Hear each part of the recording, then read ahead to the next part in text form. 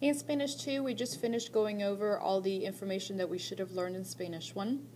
So this is your introductory unit, just a review of what we learned in Spanish 1. And we have our review for our test that I would like to go over to make sure we have all the correct answers so that we can better prepare and study for our test. For the sentence structure part of when we started talking about how to put sentences together, first you always have to make sure your verb is conjugated. If it is conjugated, ready to go, then what you're doing as you're correcting sentences is making sure that you make all your nouns agree, all your articles and nouns agree in gender and number. So check your answers for the corrected sentences there. Make sure that you've corrected all your articles and possessive adjectives and all the things to make sure that it agrees with your nouns. For the purposes of us correcting sentences, we don't change the nouns, we change the articles, possessive adjectives, verbs, etc., all to agree in gender and number. For number 3, notice that you have two sentences separated by an and. There's not two subjects there. So just be careful in seeing you're basically saying my father goes to church and my mother goes to downtown or the center. Notice that I and L join together there. But that and is just separating two sentences, so don't always get used to seeing and as separating two subjects. Then for the rearranging sentences, the sentence was completely out of order. I want you to notice that now the sentence is back in order, but the de español can be in either the beginning part after teacher, the teacher of Spanish, or the lesson of Spanish at the end of the sentence. So it doesn't matter where you put that section, but the rest of it should be in that order. The teacher of Spanish is going to teach the lesson, or the teacher is going to teach the lesson of Spanish. Either way will work. You're just rearranging the sentences in an order that it makes sense. And again, if the verb is conjugated, then it's good to go. Just put it in the right place after the subject. If it's not, then go ahead and conjugate your verb first before you do anything. And then you always, for rearranging the sentences, will have subject first, then your verb, then everything else in an order that makes sense logically. To make any sentences negative, all you have to do is find the verb and put a no before it. If you happen to have two verbs, then you're going to put a no before the conjugated verb. As we take regular sentences and make them into questions, all you have to do is take the verbs that are in the sentence, and if you happen to have two verbs, then you're going to find your verbs there and move them to the front of your sentence. What you're doing is making a question, and so as you're making a question, the verbs will come first, and then the subject of the sentence, and then the everything else part stays in the back. Just always make sure you have your upside down question mark and your right side up question mark. If you want to separate those two verbs, like in number 1, as we're making the sentence into a question, you can say, necesitan aprender los estudiantes todos los días, or you can put necesitan and then your subject, los estudiantes, and then aprender would stay separate, but you still don't conjugate it, and then the rest of the sentence, todos los días. For the second one, that A with the va a, voy, vas, va, vamos, van, are your conjugations of the verb to go. It should stay at the end. Or it should be left behind there. But if you moved it forward with the van, then that's okay too for number 2. Number 3, again, that A should stay behind there. You have the first verb conjugated, the second one not. You leave that A behind because it's a sounds better issue. We hadn't really talked about that, so that's okay if you moved it forward as well. But if you separate your verbs, just remember not to conjugate the second verb. Then check number 4, 5, and 6. On those, you did have to conjugate your verb first before you moved your verb forward, and then your subject, and then the rest of the sentence. So when you're making questions, just your verb comes first, and make sure that it's always conjugated. If it's not, then you conjugate it like number 4, 5, and 6. For the rest of it, we have numbers, and so we have to know how to spell our numbers. And be able to recognize the numbers in order to have some digits, like the first two examples there. With dates, always remember you need an SL first, and then the first number that shows up is the day, and then you need to spell out your month. So es el 5 de septiembre. The first day is the number 5, the day, and then the month is the 9th month of the year, which is September. Okay. Numbers are always masculine except for when you're talking about time. For time, it's feminine, so that's why you see the S and la. La and una go together. They should agree in gender and number there. So es la una y 18 for number 4.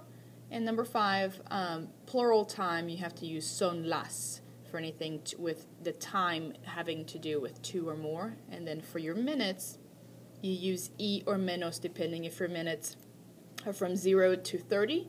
Then you use the y, so you just say the time and the minutes. If your minutes are from 31 all the way to 59, then you're going to minus the number of minutes to get to that next hour. So you go up an hour, subtract the number of minutes to get to that hour. Regular present tense, the conjugation part should hopefully be the easy part there. What you do need to make sure that you remember is knowing the meanings of your verbs. So you do have the verbs in English. You have to know the meaning of the verb. I will give you a verb bank to help you spell your verbs, but know the meaning of it, then find the right verb, make sure that you spell the stem correctly, and then put the right ending to make sure that it agrees that you conjugate the verb. Always, always, always conjugate the verb unless it's 2 verbs in a row. Like number 2, you already have a verb conjugated, so the second one does not get conjugated. Like number 3, I made you do both so that you see the difference there. Okay. So check your answers for that section. Notice for number 10, you have 2 different sentences there, basically being separated by an and. So your verbs are not back to back. You do conjugate both of those verbs. All right, excuse the bell there. So go ahead and conjugate both of those verbs for number 10. And that's the first part of your review. For the second part, we're looking at irregular verbs. As we do, make sure that you have all your conjugations correct, and check your spellings there. Make sure that you made all the stem changes that you needed to have made. The yo form of ir, the verb to go, is voy. And remember, you need to know meanings of those, so that's what I had you practice on the chart part on the bottom here. So the verb to go, you see it's the 1, 2, 3, 4, 5, 6th one down. Verb to go is the verb ir. Voy, vas, va, vamos, van are your conjugations. Usually the yo form is the only thing that's irregular, but ir is just irregular altogether. Tener is irregular. It's a go change, a go change in the yo form, but then the rest of the shoe changes are e to ie changes. Gustar, remember, is a weird verb that the first part of the verb agrees with your subject, me, te, le, nos, and les, and then your actual verb gustar does not get conjugated. All it gets is it agrees with what you like. If you like one thing, then it's gusta, singular. If you like more than one thing, then it's gustan, plural. Okay. The rest of the verbs there, remember the go verbs just end in go. It doesn't have anything to do with the verb to go, which is completely irregular. But irregular verbs just don't follow any rules. They just like to be different, and so you have to notice of what the different things are that are, for example, querer is just a stem changer, but it's a boot shoe inside the boot shape. You change e to ie, jugar, you change u to ue. And then remember, saber and conocer are only regular in the yo form. The rest of the box is completely regular. So you just have to know for saber that it's se with an accent, and for conocer that it's conozco. And remember that introducir, I didn't put that one here, is also similar, is introduzco, ZCO. Okay. So that's the top part there, and a couple of examples, and then some how you see it in sentences with knowing the meaning. Then check your chart, make sure that you have all those conjugations correct. Again, know meaning of your verbs, as well as the conjugations. And then, since they are irregular, you have to remember what's special about those conjugations, what changes that we talked about. So sometimes there are boot verbs, sometimes they're just irregular in the yo form, and so on. Also be careful with verbs. A lot of them are ER and IR verbs, so remember for the nosotros form. For the nosotros form, you have EMOS for ER verbs and IMOS for IR verbs. Just be careful, because usually nosotros conjugations are regular conjugations, but careful not to make that careless mistake there. Okay. Let's see. We have present progressive. For your present progressive section, remember that you need two verbs. The present tense of the verb estar, which agrees with your subject. So if you see the first example there, estamos agrees with nosotros. The reason why we're using estar instead of ser is to make sure that we're actually talking about something happening right now. It's in progress. So to make it the in progress part, you're going to add the ing form to that second verb, which is the verb that you see in the blank there. So if the directions say present progressive, you're not going to conjugate to write the verb escribir. You're going to make that verb into the ing form. For AR verbs, it's ANDO. IR verbs is IENDO. So nosotros estamos escribiendo means we are writing. We can't say rewriting. We have to say that it's in progress. And the reason why we use estar instead of ser is because it's an action that is temporarily happening and won't be happening always. You just remember with temporary things for ser and estar, which we're about to talk about here, things that are more permanent, you use ser. Things that are more temporary, you use estar. And so notice that the subjects are missing from here on that present progressive, that last few there. But they are in your paper, so you should be able to see it on there. Okay, on your handout that you filled out. For present progressive, one last note. Again, present tense of the verb estar, then the progressive part, the ing part, with the verb that you see in the blank. The leer does change I to Y, but I wrote a note on here just to not worry about that. We will talk about that later in Spanish too. Okay. For ser and estar, not only do you have to know what the conjugations are for those verbs. For ser, it's soy, eres, es, somos, son. And remember, there's more videos on that on the YouTube page if you need to just review those individually. For estar, estoy, estás, está, estamos, están. Don't forget accents on the shoe shape, basically. The bottom three, estás, está, and están, all have very clear accents on those A's. That also applies to present progressive as well, since you're using estar there.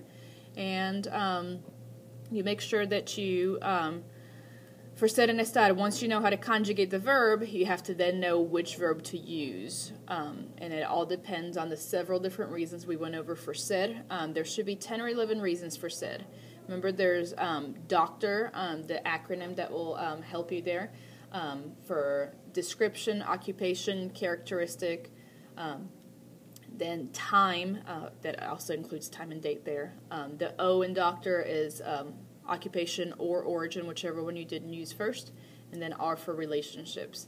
That gives you a little bit more reasons than just the COP acronym, characteristic, origin, and permanence, but remember that there's a whole bunch of other reasons other than just COP. So for officer, for the verb ser, like an officer, COP, cop. Okay. And then for estar, you can use the acronym LET, L-E-T, for location, emotion, temporary, or place, for position, location, action, condition, emotion. So remember, action is talking about present progressive that we just finished talking about there. So check your answers there and see if you have any questions. Ser and estar is the most difficult section because not only do you have to read the sentence in Spanish, understand the vocabulary, but you have to figure out if you're using ser or estar for I am, you are, he, she is, we are, they are. And then once you figure out which verb to use, you've got to put the right conjugated form in the blank. So it takes practice. We'll continue working with it, not only in present tense, but also in preterite and imperfect and future tense that we'll be doing in Spanish too. So I hope this was helpful. Please make sure that you look over your review, see if you have any questions, jot them down. If you do have any questions, we'll go over them before we take your test. But otherwise, this is a review of Spanish 1, making sure that you know all these topics so that we all end up, even if you came from a different school, that we all end up on the same page, we all know the same information to get started for our Spanish 2 part. Thanks for watching. Hope this helped.